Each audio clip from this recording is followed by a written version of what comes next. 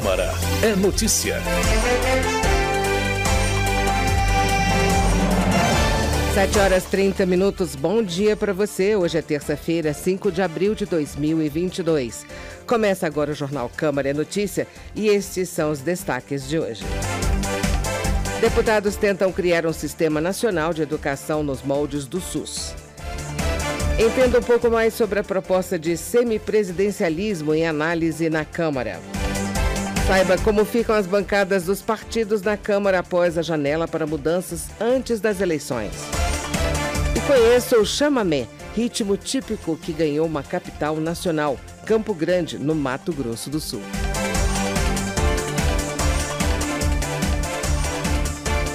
Sancionada a lei que torna Campo Grande a capital nacional do chamamé. Saiba mais sobre este ritmo com o repórter Antônio Vital. Você sabe o que é chamamé? O chamamé é este ritmo que você está ouvindo, que tem origem na província de Corrientes, na Argentina, mas que também é muito popular no Rio Grande do Sul e acabou levado pelos gaúchos para outros lugares do país, no rastro da expansão agrícola que espalhou centros de tradição gaúcha Brasil afora. Um desses lugares em que o chamamé acabou incorporado à cultura local foi o Mato Grosso do Sul, tanto que Campo Grande, a capital do estado, agora também é a capital nacional do chamamé. O título está numa lei sancionada pelo presidente Jair Bolsonaro, que teve origem em um projeto da Câmara dos Deputados. E o chamamé percorreu um longo caminho até se consolidar em Campo Grande. Chegou ao Brasil nos anos 20, depois de se espalhar pela Argentina, Uruguai e Paraguai. Entrou no Mato Grosso na primeira metade do século XX e logo ganhou espaço nas festas regionais, o que não surpreendeu ninguém, já que o principal instrumento do ritmo é a sanfona. A diferença era a forma de tocar, mais parecida com a do acordeon argentino. O deputado Fábio Trade, do PSD do Mato Grosso do Sul, autor do projeto que fez de Campo Grande a capital nacional do chamamé, explica por que o ritmo fez logo sucesso em Mato Grosso. O sucesso do nosso chamamé deve-se muito à população gaúcha que aqui veio e, com seus CTGs, Centro de Tradições Gaúchas, difundiram suas culturas e esse ritmo tão contagiante que faz com que muitos sul-mato-grossenses possam ir todo ano no mês de janeiro ao grande festival de Corrientes na Argentina, buscar mais dessa cultura para aqui desenvolver. Especialistas não têm certeza do real significado de chamamé. O ritmo nasceu na Argentina, com forte influência dos índios Guarani do Paraguai, mas a palavra não tem origem nem no espanhol, nem no Guarani. Muitos dizem que significa me chame para dançar. No Brasil, já se nota a influência do chamamé até mesmo nas músicas sertanejas, o que talvez comprove a tradução. Da Rádio Câmara, de Brasília, Antônio Vital. Agora 7h33. Janela partidária provoca mudanças no tamanho das bancadas dos partidos na Câmara. Saiba mais com o repórter Silvério Rios. Com o fim da janela partidária, o PL se tornou o partido com maior bancada da Câmara, com 73 deputados até o momento. O Partido Liberal mais que dobrou de tamanho em comparação com o número da data da posse, em 1º de fevereiro de 2019. Grande parte dos deputados que migraram para o PL vieram do União Brasil, partido criado em outubro de 2021 com a fusão do PSL e do DEM. O PSL foi a agremiação pela qual se elegeu o presidente Jair Bolsonaro. Em novembro, Bolsonaro se filiou ao PL depois de passar 2 anos sem partido. O líder do PL na Câmara avalia que a bancada do partido deve aumentar ainda mais nas eleições gerais de outubro deste ano. O deputado Altineu Cortes, do Rio de Janeiro, considera também que outros partidos da base do governo sairão fortalecidos depois das mudanças ocorridas durante a janela partidária. E a gente, obviamente, tem uma expectativa de que nas eleições em outubro nós vamos manter essa bancada ou crescer ainda mais. Os nossos aliados, Partido Progressista, os Republicanos, também saíram fortalecidos, então o Partido Liberal cresceu, mas olhou também a seus aliados. Os partidos citados pelo deputado Altineu Cortes passaram a ter a 3ª e a 5ª maiores bancadas da Câmara. O PP ganhou 12 novos filiados e passou a ter 50 deputados. Já o Republicanos foi de 30 para 45 parlamentares. A 2ª maior da Câmara é do Partido dos Trabalhadores, com 56 deputados. Para o líder do PT, deputado Reginaldo Lopes, de Minas Gerais, as trocas ocorreram entre partidos do mesmo campo ideológico e, por isso, não devem provocar grandes mudanças na correlação de forças entre governo e oposição. Entre o governo, a força do governo e da oposição, eu acho que pouca alteração. Percebe-se um crescimento do novo partido do Bolsonaro, o PL, ou seja, a partir do momento que o presidente da República se filiou ao PL, também conjunto de parlamentares que tinham ligação de governabilidade ou ideológica com o presidente também migraram. A quarta maior bancada da Câmara passou a ser a do novo partido União Brasil, que ficou com 47 deputados. Mesmo com o fim da janela partidária, o número de deputados de cada partido ainda pode mudar, uma vez que filiações registradas no sistema do Tribunal Superior Eleitoral até sexta-feira, 1º de abril, podem ser comunicadas posteriormente à Secretaria-Geral da Mesa da Câmara. Da Rádio Câmara de Brasília, Silvério Rios. Parlamentares tentam criar o Sistema Nacional de Educação a partir de textos da Câmara e do Senado. A ideia é racionalizar a divisão entre os entes federados, principalmente no financiamento. O repórter José Carlos Oliveira tem os detalhes. Em regime de urgência, a Câmara dos Deputados analisa 5 propostas de criação do Sistema Nacional de Educação, a fim de regulamentar a determinação constitucional de cooperação entre União, Estados e municípios nas políticas, programas e ações de ensino. O Senado acaba de aprovar um projeto de lei complementar sobre o tema. Na Câmara, o texto será analisado em conjunto com propostas já aprovadas na Comissão de Educação no fim do ano passado.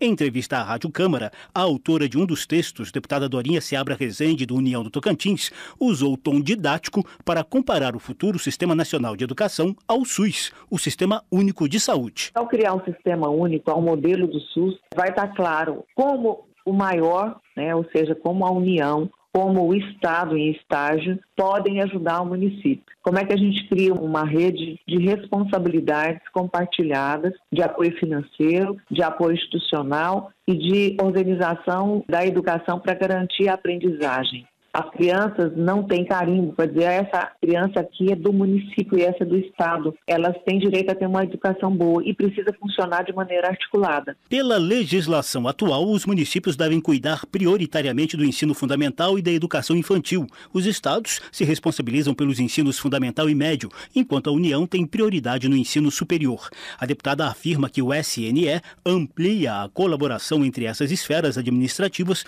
com foco em qualidade da aprendizagem do aluno cidadão, qualificação dos profissionais de ensino e redução dos prejuízos pedagógicos. Dorinha detalhou sua proposta de SNE. O texto nosso da Câmara, ele é bem anterior e ele pretende estabelecer esses critérios. Nós chamamos da criação das comissões tripartites e bipartite, envolvendo todos os entes, e tem sim essa pretensão de racionalização de recurso público em benefício do serviço, da oferta, da garantia de acesso. A ideia do sistema é estabelecer a obrigatoriedade da construção coletiva, do olhar que vai além da rede. A proposta do Senado busca universalizar o acesso à educação básica e garantir padrão de qualidade, erradicar o analfabetismo, assegurar oportunidades educacionais, articular níveis, etapas e modalidades de ensino, cumprir planos de educação dos entes federativos e valorizar os profissionais da educação. A referência para o valor mínimo a ser investido em educação básica será o custo aluno-qualidade. Em entrevista à Rádio Câmara, em fevereiro, o relator do tema na Comissão de Educação da Câmara, deputado Idilvan Alencar, do PDT do Ceará, apontou motivos para a rápida aprovação do Sistema Nacional de Educação. Nós estamos buscando um relatório que seja consensual. Se era urgente antes da pandemia, agora é urgentíssimo que a gente una forças para vencer esse desafio que é gigantesco. Porque essa pandemia trouxe inúmeros prejuízos à educação do país. 2 anos de escolas fechadas, aumentou a evasão, os resultados caíram bastante. Idilvan, que já foi presidente do Conselho Nacional dos Secretários da Educação, também acaba de conceder entrevista à agência Câmara, na qual avalia que a recente troca no comando do Ministério da Educação não deve atrapalhar as negociações com o governo em torno do SNE. Segundo o deputado, o novo ministro, Victor Godoy, chegou a participar das discussões técnicas do tema enquanto era secretário executivo do MEC. O SNE tem amplo apoio da Frente Parlamentar da Educação no Congresso Nacional e de várias entidades da sociedade civil, como a ONG Todos pela Educação. Da Rádio Câmara de Brasília, José Carlos Oliveira. O Brasil vai ter dia dedicado à prevenção de doenças cardiovasculares em mulheres. A repórter Carla Alessandra tem mais detalhes sobre a nova lei apresentada na Câmara. O dia 14 de maio foi escolhido para ser, no Brasil, um dia dedicado à conscientização de doenças cardiovasculares em mulheres. Lei sancionada pelo presidente Jair Bolsonaro teve como base proposta da Câmara dos Deputados. Segundo a autora do projeto, deputada Mariana Carvalho, do PSDB de Rondônia, é preciso conscientizar a população, principalmente as mulheres, para os riscos das doenças cardiovasculares, que são responsáveis por 1/3 das mortes por doenças crônicas não transmissíveis no mundo. A relatora da proposta no plenário da Câmara, deputada Rose Modesto, do PSDB do Mato Grosso do Sul, rejeitou a emenda apresentada pelo deputado Bongaso, do PT Gaúcho, porque a proposta aprovada nas comissões já previa essas ações. Que pretende deixar clara a possibilidade das entidades de saúde firmarem iniciativas e parcerias com o poder público na organização de palestras, eventos, organização e também treinamento sobre as doenças cardiovasculares na mulher, para as ações de prevenção e conscientização sobre os fatores de risco cardiovascular. Má alimentação, tabagismo e sedentarismo são agravantes das doenças cardiovasculares. Levantamento do Ministério da Saúde mostra também que metade das mortes por doenças cardiovasculares antes dos 65 anos podem ser atribuídas à pobreza. Da Rádio Câmara de Brasília, Carla Alessandra. Agora, 7h41, a gente vai para um rápido intervalo. Volta já já.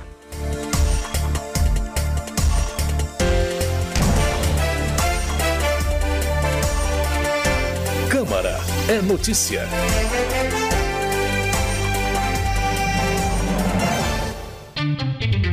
Você que acompanha a nossa cobertura jornalística, que ouve os nossos programas, que aprecia a nossa programação musical. Entre em contato, faça sua sugestão, crítica ou elogio. O importante é que você fale conosco. Mande sua mensagem para radio@câmara.leg.br. Nós queremos ouvir você.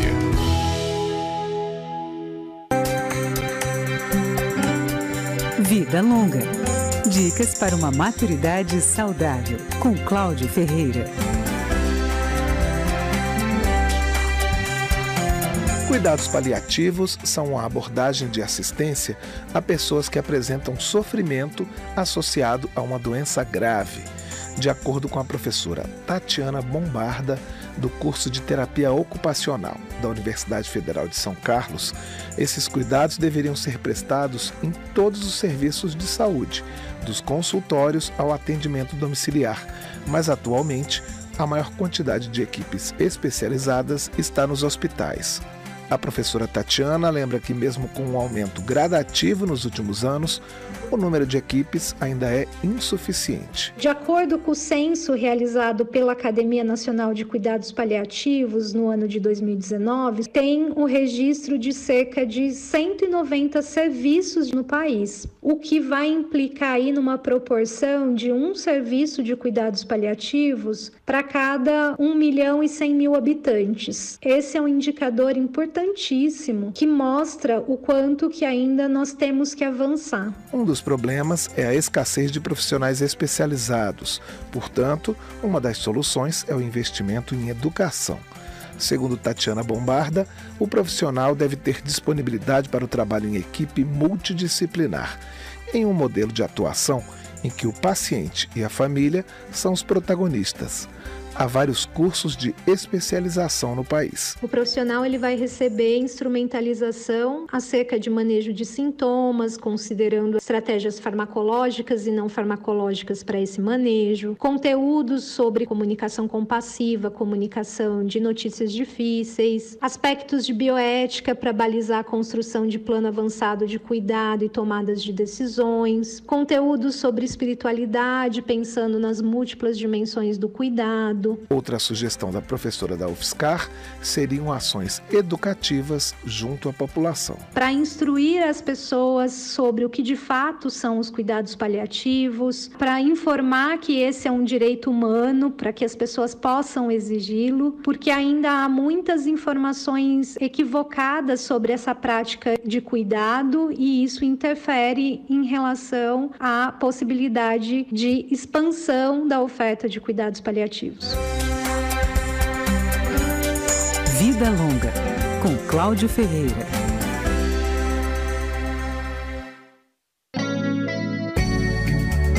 Rádio Câmara, a sintonia das várias trilhas.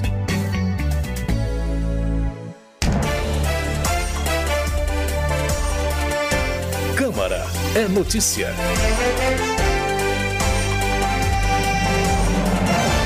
Agora 7h45.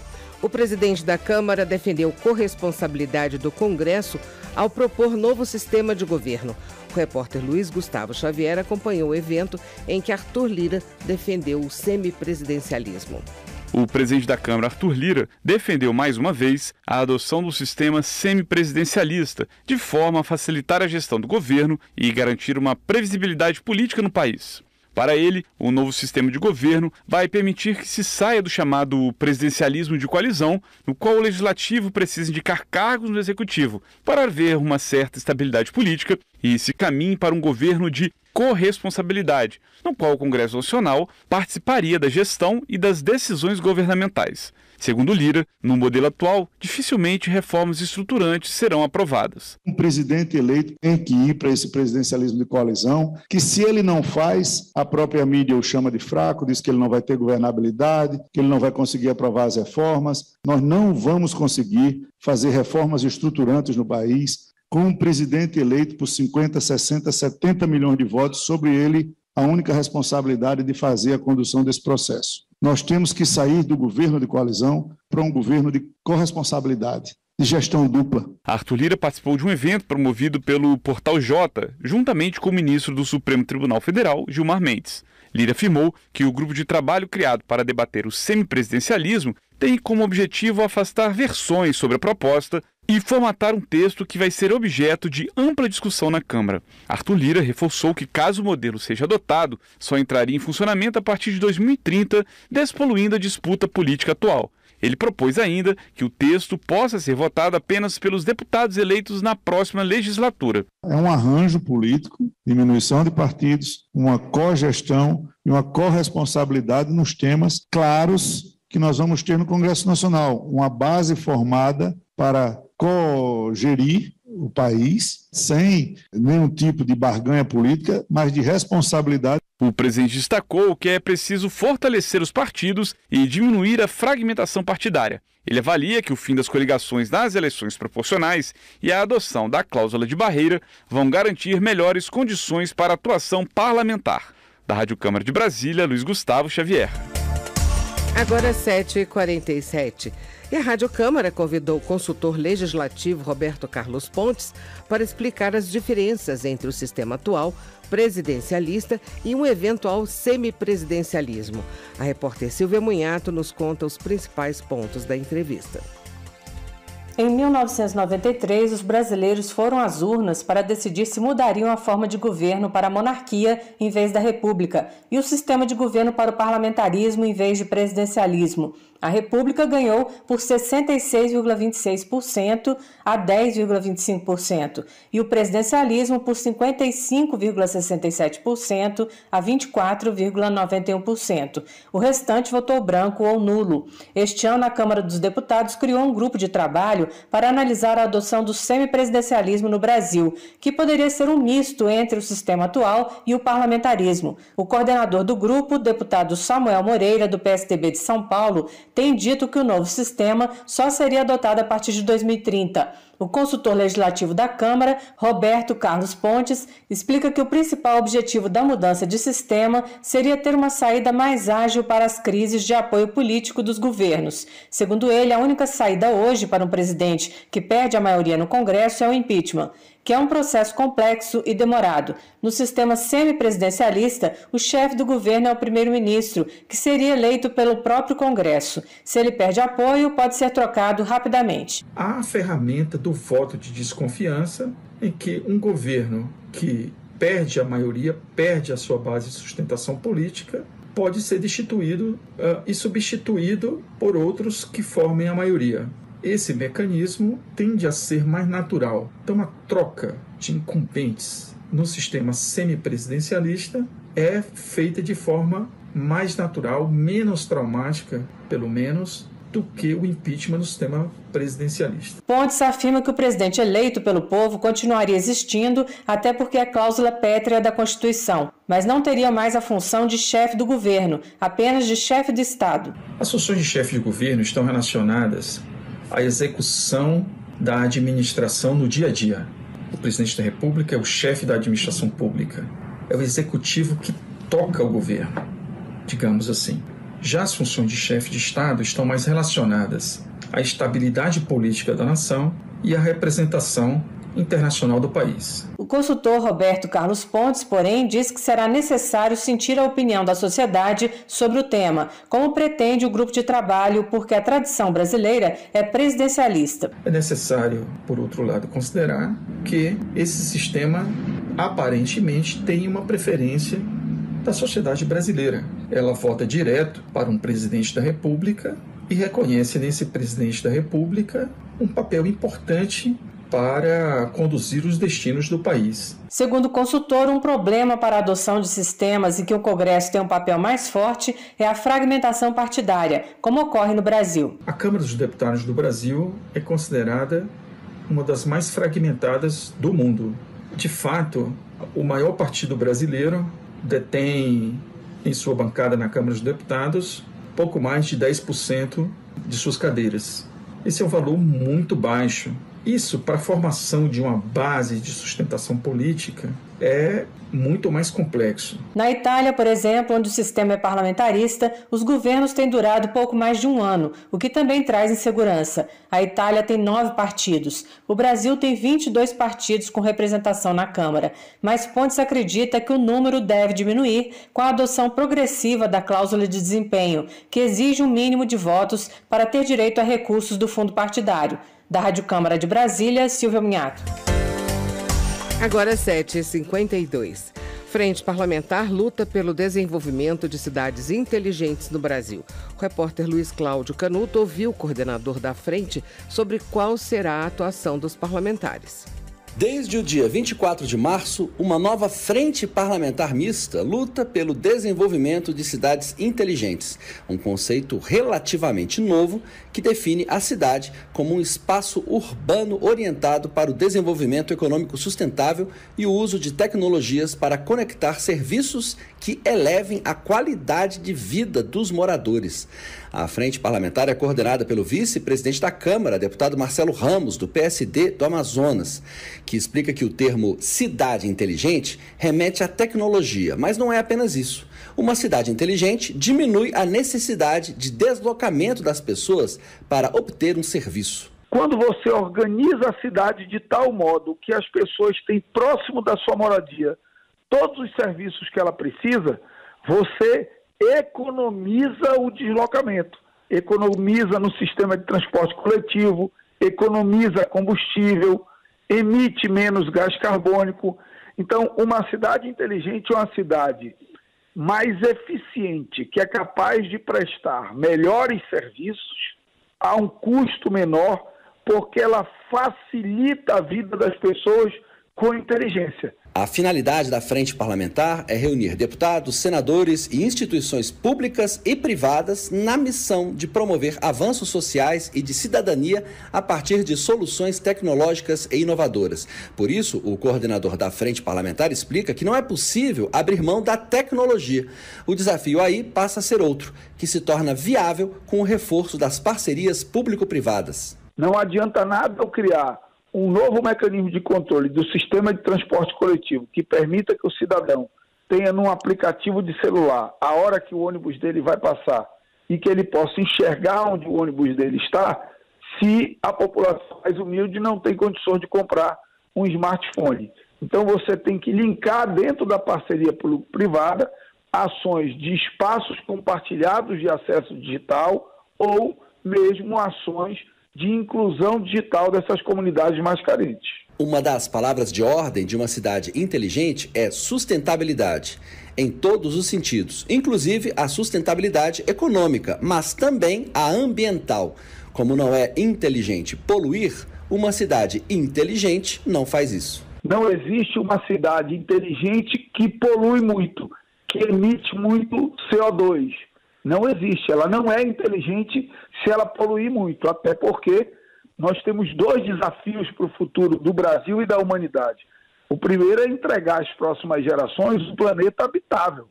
Nós não podemos brincar com essa questão de emissão de gás de efeito estufa. E a segunda é perceber que a redução de emissões é hoje um instrumento econômico poderosíssimo que pode gerar riqueza, que pode combater a pobreza em vários estados da federação, na medida em que a gente regulamentar o mercado de crédito de carbono no Brasil. Uma das primeiras missões da Frente Parlamentar é fazer avançar a atualização de marcos regulatórios e a instituição da Política Nacional de Cidades Inteligentes, prevista em um projeto apresentado em 2021. A PNCI define os princípios gerais e objetivos que deverão ser seguidos pelos municípios responsáveis constitucionais pela política urbana.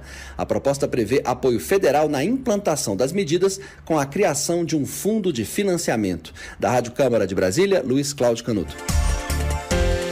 7h56, termina aqui o Câmara é Notícia. Apresentação de Tércia Guimarães, trabalhos técnicos de Bibiano Nunes.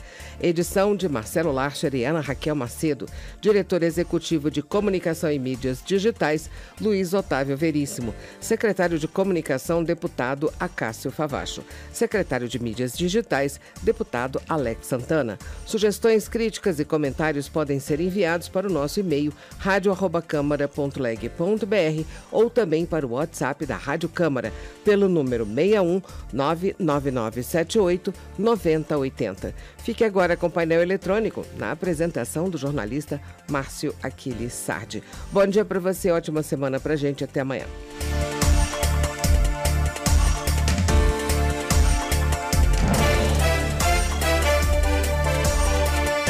Câmara é notícia.